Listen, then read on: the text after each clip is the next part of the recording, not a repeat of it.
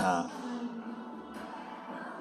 오늘부터는 김장생과 더불어 예학의 선구자라고 불리는 김집에 관한 소개를 하고자 합니다.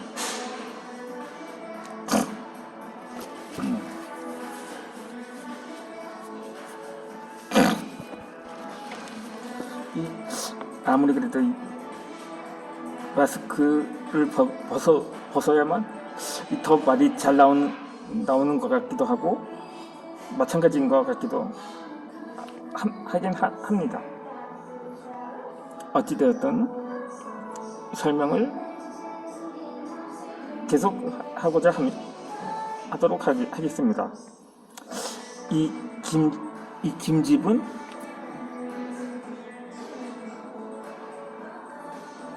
여덟 살 때부터 이 송성현과 송익필을 스승으로 모시면서 이 주의가 쓴 자칫 통감 강목을 읽기 시작했습니다.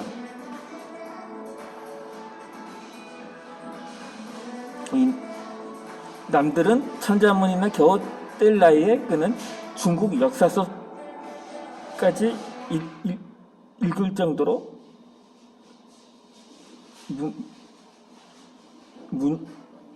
물리가 뛰어났던 것이었죠. 그리고 18살 되던 해는 진사시험에 2등으로 합격을 하게 됩니다.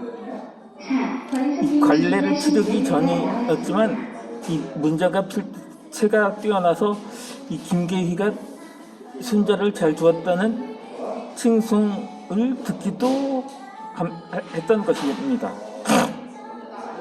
이처럼 이 집은 어려서부터 문필이 뛰어났지만 그것을 탐탁히 여기지 않고 오히려 성원의 학문에만 전념을 하게 됩니다.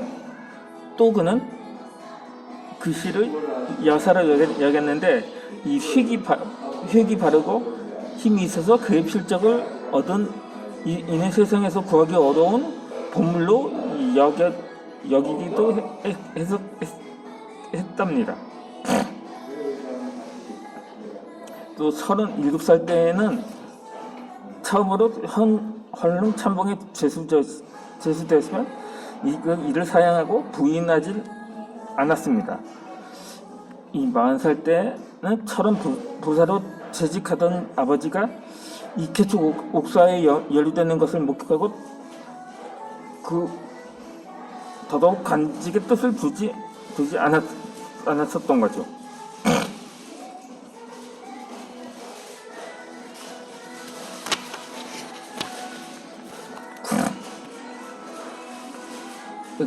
이 개축 옥사는 광해군의 집권한 이 대북 세력이 정권에 위협이 되는 영창대군을 제거하기 위해 일으킨 사건이었습니다. 근데 이에 대해서는 광해군이 직접 명령을 했다고는 판단하기는 다소 거리감이 있기도 합니다. 그러니까 예전에 박정희 정권 말기에 한참 도마 항쟁이 났을 때 이 데모가 계속되면 내가 직접 발표 명령을 내리겠다고 한 말이 있는데, 만약에 직접 하지 않고 그냥 수하들이나 당시 수하나 반대 세력 이는 아무런 당시 반대 세력이 적지는 않았을 것 같습니다. 정치적으로는 예나 지금이나 강경파나 강경파가 있고 온건파가 있었던 것처럼 말입니다. 그래서 이 영창대군을 숯불구이 만든 이 사건이 이걸 광해군의 직접 명령을 했다고 보기는 또 어려울 것 같습니다. 어쨌든 이 영창대군은 선조의 14명의 아들 중에 유일한 적자였습니다. 이때 김장상의 서재 김경손과 김평손이 고문 끝에 옥살을 했고 김장생도 연자죄로 인해서 그에게 당시 조정의 신문을 받았지만 그는 무혐의로 풀려나게 됩니다. 이 당시 김집은 철원에 있다가 서울로 가서 사건이 마무리되는 것을 본 뒤에 아버지를 모시고 이 고향인 연산으로 돌아가게 됩니다. 이 개축 옥사 이후에 10년간 학문에만 매진했던 김집이 다시 관직에 복귀한 것은 그가 50살이 되던 해였습니다. 그러니까 인조 반정으로 일어났던 해였는데 그때 당시 서인 세력이 집권을 하면서 정권에 대한 지지를 이끌어내기 위해 은둔한 살림들은 대거 등용하면서 김집에게서도 유품직이 제소되었기 때문이었습니다. 이 원래 조정에서는 김집에게 사헌부 일을 맡기라 했지만 김집이 부모님 보행에 편리한 고을을 법원에서 부여 현감으로 임명을 하게 됩니다. 또 그는 정묘호란이 일어나던 해에는 부여에서 선정을 표시자가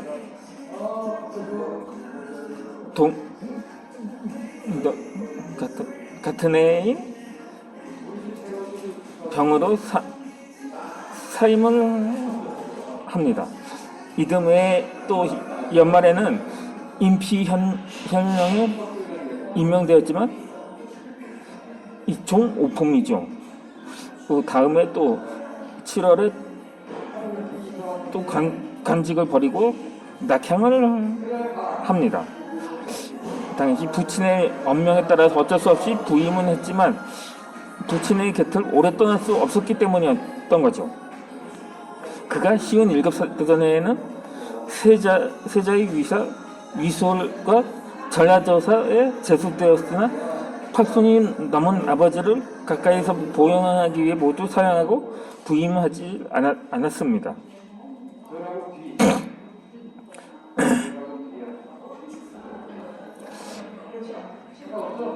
또 김집은 환갑이 되던 해에 부친의 3년상을 마치고 그 이듬 해부터는 인조는 그를 조정의 유직으로 다시 불러내게 됩니다. 그의 나이 60세 때 초반에는 주로 서안보의 지평, 장명, 지비 등의 벼슬이 내려졌고 후반기에서는 그러니까 60대 후반기죠. 승정원의 동보승지와 우부승지 등의 직책이 주어졌습니다. 그러니까 7순에는 세자시강원 찬선과 공조참회 등에 임명을 되었고,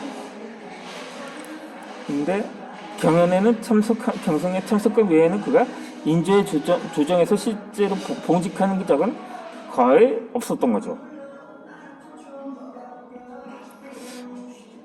인조가 반정의 명분과 지지를 확보하기 위해 살림을 대거 불러들이기는 했지만 이 살림의 의견을 국정에 반영하려는 적극적인 의지를 보이지 않았기 때문이었습니다.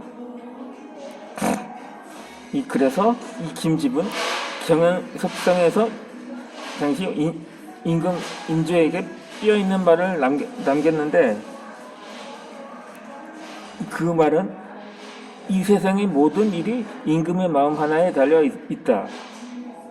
마음을 다스리는 데 있어서 가장 중요한 것은 성실이라고 김집의 이 말에 인조도 나더러 성실성이 부족하다고 하는 사람들이 많다고 고백을 하게 됩니다. 그러자 그는 또다시 임금에게 아는 것이 어려운 것이 아니라 실천하는 것이 어려운 것이라고 충고를 하게 됩니다. 당시 그는 66세 원래였지만 전혀 노회하지 않았다고 합니다. 이른바 요즘 말로 동안이었다고 추정을 할 수도 있을 테죠. 아무쪼록 인주에 이어서 효종도 김집을 조정의 요직으로 불러들였는데, 김집은 효종이 즉위한 원년에 76살의 나이로 예조 참판과 공도 참판, 사안부 재선에 두루 임명되었지만 사직서를 올리고 부임을 하지 않았다고 합니다.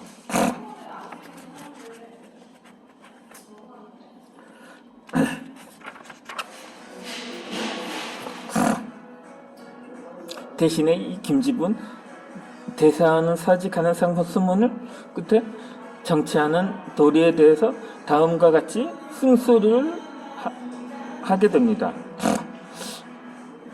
임금으로서 남의 말을 듣는 도리는 오직 마음을 비우고 받아들이는 데 있을 뿐이다. 상대의 말이 혹시 마음에 들지 않더라도 그것에 대해 말할 때는 반드시 조용하고 평온하게 해서 화기를 잃지 말아야 한다. 갑자기 빅병을 터뜨려 신하들이 임금 얕고 기품을 논란하게 해서는 안 된다. 이렇게 반응 정치의 시작은 여러 사람의 말을 귀담아 듣는 청정에 있음을 환기하는 구절이었던 거죠. 이후 김집의 거듭된 사직 요청에도 불구하고 효종을 그를 공도 참판과 사안부 대사원으로 불러들였는데, 특히 대사원과 이조 판서는 나라의 기강을 바로잡고 인재를 선발하는 책임을 진 자리였습니다. 그러나 김진은 이조 판서 재직 시 우의정 김육과 대동법 및 인사권 문제로 마찰을 빚고 맙니다. 당시 김육은 대동법 시행을 권유하면서 이 인사권은 임금의 고유 권한이므로 아랫사람이 마음대로 행사하게 해서는 안 된다고 주장을 하게 됩니다. 반면에 김집은 대동법 시행을 반대하며 원로 대신에게 인재 선발을 일임하고자 제안을 했던 것입니다. 그러나 김집도 이 대동법 자체를 반대한 것은 아니었습니다. 다만 그가 대동법 시행을 반대했던 것은 이 두 가지 이유 때문이었던 것입니다. 첫째로 먼저 전체 체제를 바로잡고 세상의 잘못을 고치는 것이 개혁의 순서라는 것이었죠. 둘째는 개혁이 초래해야 할 부정적인 효과를 신중히 검토한 뒤에 이를 추진해야 한다는 이유에서였습니다. 이 김집의 반대에 대해 김입은 시대의 조류를 거스르다가는 죽음을 면치 못할 것임이라 반발을 하게 됩니다. 이에 김집도 그 말을 듣고 소름이 끼쳐서 안정이 안 된다면 결국 사직하고 고향으로 돌아갔던 것입니다. 그가 77살 때의 일이었는데, 이어서 영상을 올려드리도록 하겠습니다. 이 김집에 관한 설명은 이어서 계속됩니다.